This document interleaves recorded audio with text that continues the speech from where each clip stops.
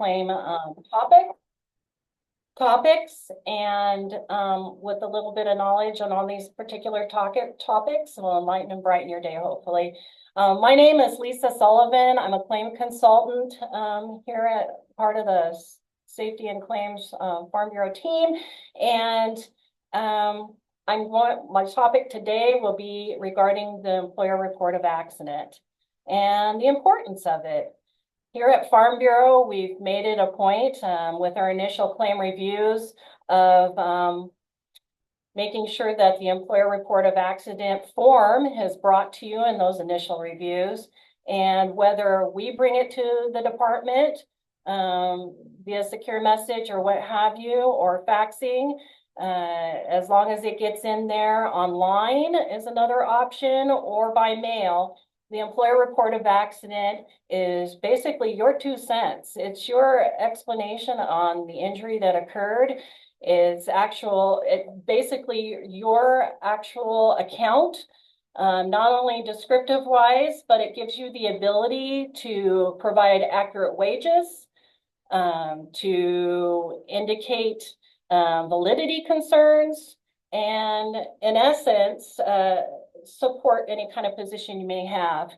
I always encourage that the employer report of accident that is completed is also sent in with any kind of supporting information. That could be, if you did have a validity concern, any statements that may be supporting of it. If it's third party, any third party information. And again, with any kind of complex wages, we want to send in some pay stubs, which would be like 13 weeks prior to the date of injury. So we'd also like to include anything to indicate whether or not the injured worker is a seasonal worker or a year-round worker. So let's just get into the employer report of accident. I have a dummy form here. This is really a simplistic employer report of accident that I put together. I've changed obviously all the information that would reveal the source, but this is one that's just a pretty simple one. But I'm going to go box by box because not every claim scenario is going to fit. So in this instance, here we have the name and the title of the person completing the form. That's not necessarily the one that's doing any kind of return to work. It could be a bookkeeper, or it could be the actual person that we're going to discuss return to work with. We want that recognized. Of course, we're going to have the name of the employee. In this instance, if there's any kind of hyphenated name or whatnot, please indicate that as well. The claim number, of course, the name of your business, and make sure that this employee is not part of one of maybe your sub-accounts. Make sure you recognize where he's coming from, because we want to make sure that's accurate. His social security number, the business phone number, of course, the date of the injury, we're going to indicate that here, as well as the day reported and the time. Now, the business mailing address, and if there's a business location, if it's different than the mailing address, we'll want to indicate that here. In this section, it's the description or the details of the incident. On this instance, it was, was on top of a ladder, fell backwards, landing and hitting left shoulder. This is a pretty simplistic one-liner. If there's more details or something you would like to inflect, please indicate it. You can also, like I said, attach any kind of information that may shed more light, like an incident report. There's this line here where it says, was this injury caused by faulty machinery or product or someone who's not your employee? This line here is third party. So third party is a contributor outside of employment that has a part in this injury. And a lot of times we want to make sure that that's recognized. If you're in a motor vehicle accident, if your employee is in a motor vehicle accident in the course of employment and was rear-ended or what have you by someone else, that's the third party. And we want that third party information, and we want it recognized on the employer report of accident. And then, of course, that would spur on any kind of additional information on who that third party is. If not a motor vehicle accident, faulty machinery, or maybe even some other person that contributed the injuries, like an assault or something of that nature. But if you have a question concerning third party and what maybe that may or may not look like, please give your claim consultant a call.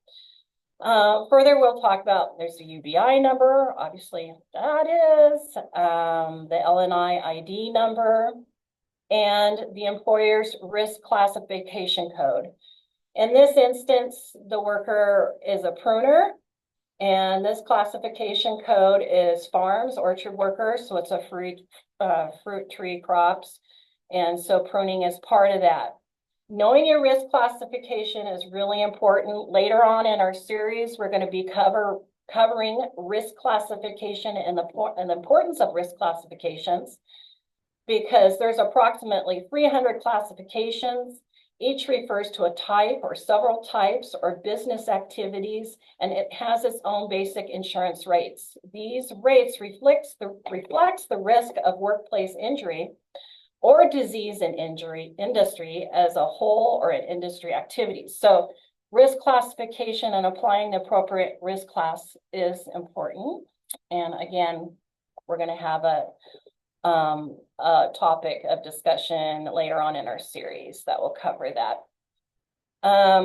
This box here is, do you question the validity of a claim? So an employee failing to report the injury is not rationale for a validity concern. Unfortunately, a worker does not have to report the injury. They have from the date of injury 1 year to file. So, but what would be considered validity or a validity concern? One, if this is not your employee, that's one. Two, if they're not in the course of employment.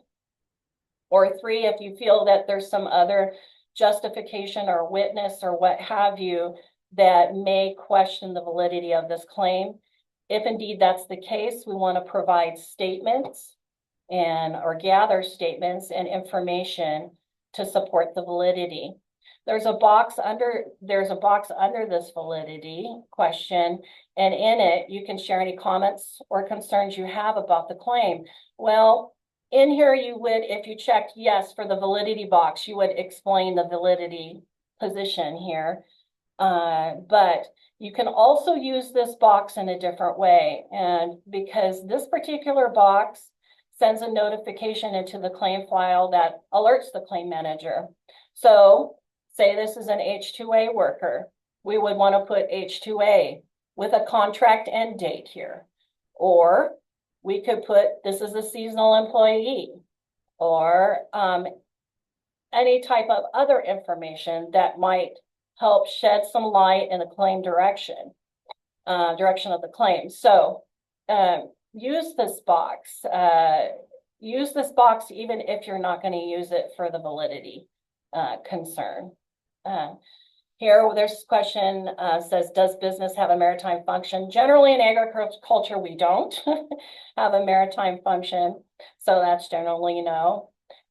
Here is where your contribution to the employees and or family's healthcare benefits, that's medical, dental, and vision, as of the date of injury, everything wage-wise and everything as of the date of injury. And when it says contribution, it means you as the employer. What is your contribution to the healthcare?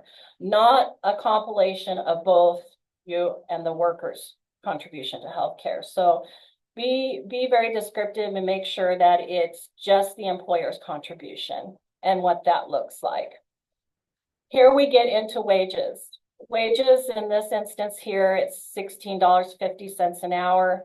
He's an 8-hour-a-day, 5-day-a-week guy. This is pretty clean. I know wages can be very complex. We don't want to put any values here that vary. We don't want to put 6 to 7 hours per day and, 4 to 7 days a week or something like that. We want to keep it pretty simplistic because we're going to be talking about wages where we're doing piecework and overtime and bonuses. Right in here, if it's complex, you're going to want to send some pay stubs 13 weeks prior to the date of injury for a year round. If it's seasonal, maybe you can consult with your claim consultant if you have some issues with seasonal values. There will be following on January 24th, we're going to discuss AG wage scenarios. I'll be conducting different wage values and scenarios that reflect a lot of what agriculture sees and has to deal with. So we'll be going more in depth on wages on the 24th and hope to see you for that. So with that in mind, it goes on about about any medical and vision coverage ending dates. If you did end it, put it there. If not, just leave that blank.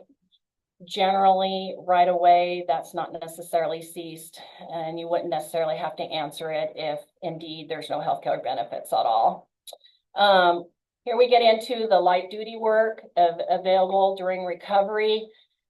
Light duty and KOS, that's a retro requirement. If you're in retro, you have 120 days KOS and or light duty per contract. So a lot of my retro immediately mark the yes for light duty and the yes for any KOS or regular wages paid while they're medically certified off. So as long as the worker's medically certified, there's medical certification in the claim file, that's going to be reviewed in that manner.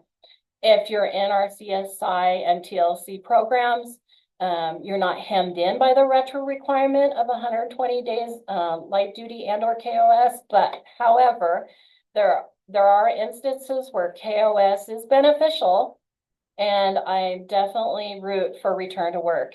I am very, very strong on bringing a worker back and mitigating claim costs, as well as keeping them engaged in employment. So if you have any questions, concerns, or need any guidance on return to work, we can certainly help facilitate with that here.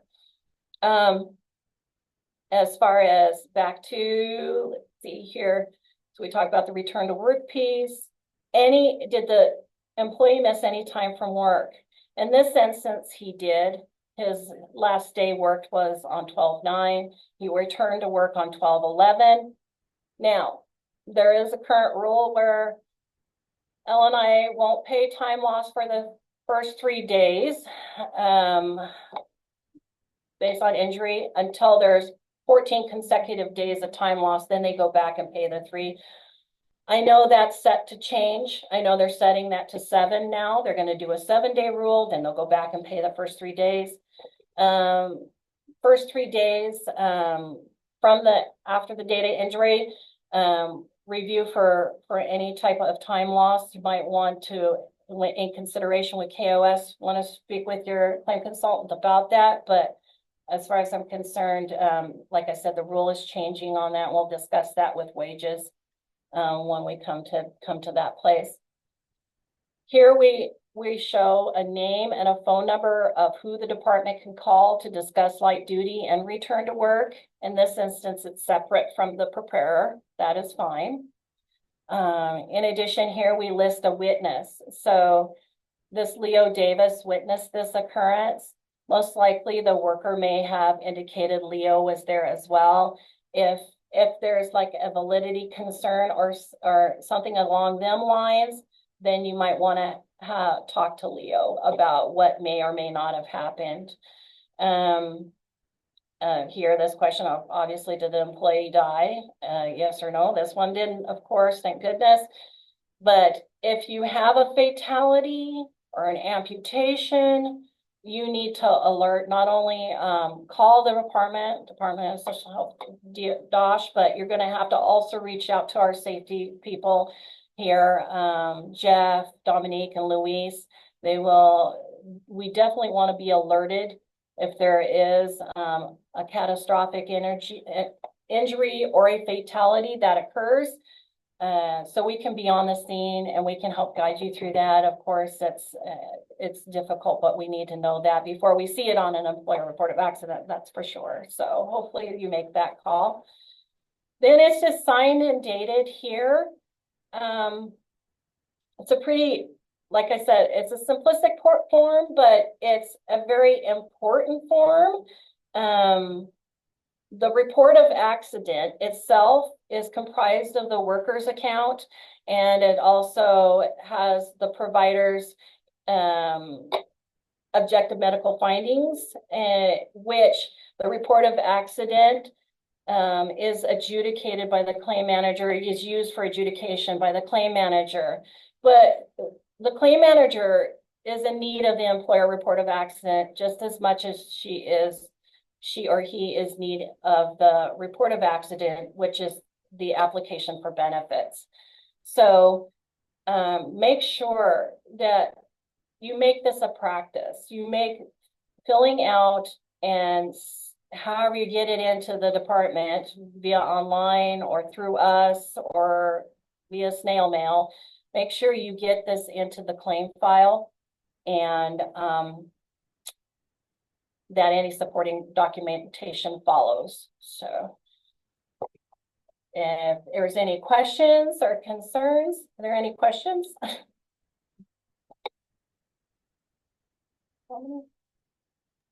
It does not look like there's any questions. Okay. Oh, Lisa, could you explain what they are asking on the LDW and RTW dates? Last day worked. In this instance, the last day worked was the date of injury, which was 12/9/24. And he returned to work on 12/11. So if there is a return to work situation, we want to alert it here on the employer report of accident. This particular employer report of accident, the department's going to look and say, okay, we don't have to worry about return to work. He returned to work.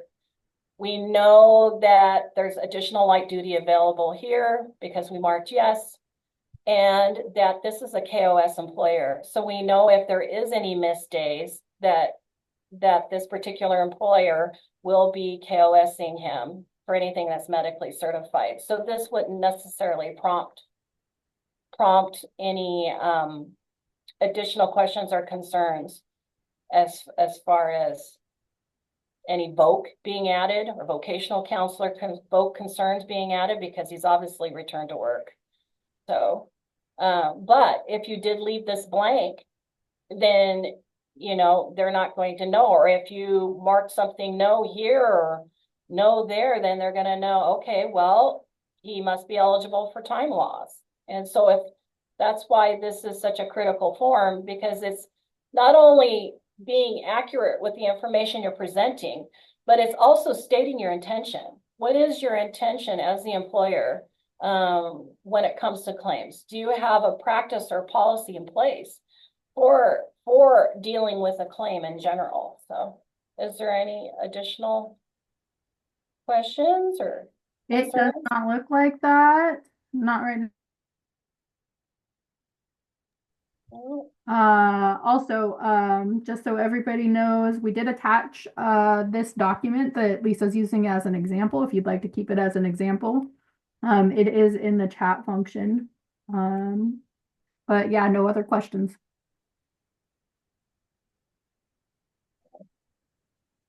Well, like I said, you have your assigned safeties here in case it's an injury of like an amputation or some kind of catastrophic event that you need them to be on scene with. And also you can contact your assigned claim consultant, and we can guide you through the employer report of accident, or or help you with return to work. And I think, again, I really preaching the return to work part and making sure that whether you're retro, CSI, or TLC, that you're prepared for these things and you have something in place, some sort of forethought. So, anyone else want to chatter? Well done, Lisa. Thank you. Yeah. Thank you. And thank you guys for being here today. We appreciate it.